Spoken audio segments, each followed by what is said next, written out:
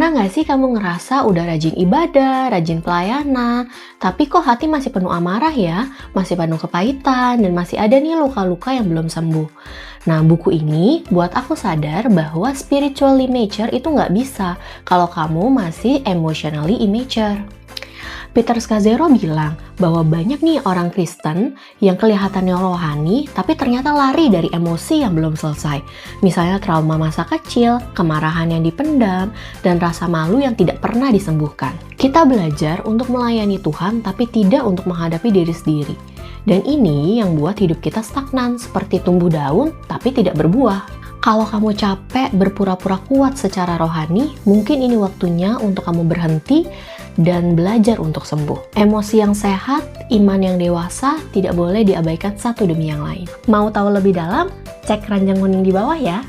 Suka dengan review buku seperti ini?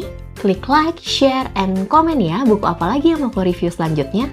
Bye-bye! Pernah nggak sih kamu ngerasa udah rajin ibadah, rajin pelayanan, tapi kok hati masih penuh amarah ya, masih penuh kepahitan, dan masih ada nih luka-luka yang belum sembuh?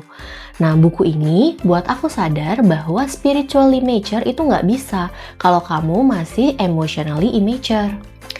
Peter Scazzero bilang bahwa banyak nih orang Kristen yang kelihatannya rohani tapi ternyata lari dari emosi yang belum selesai. Misalnya trauma masa kecil, kemarahan yang dipendam, dan rasa malu yang tidak pernah disembuhkan. Kita belajar untuk melayani Tuhan tapi tidak untuk menghadapi diri sendiri.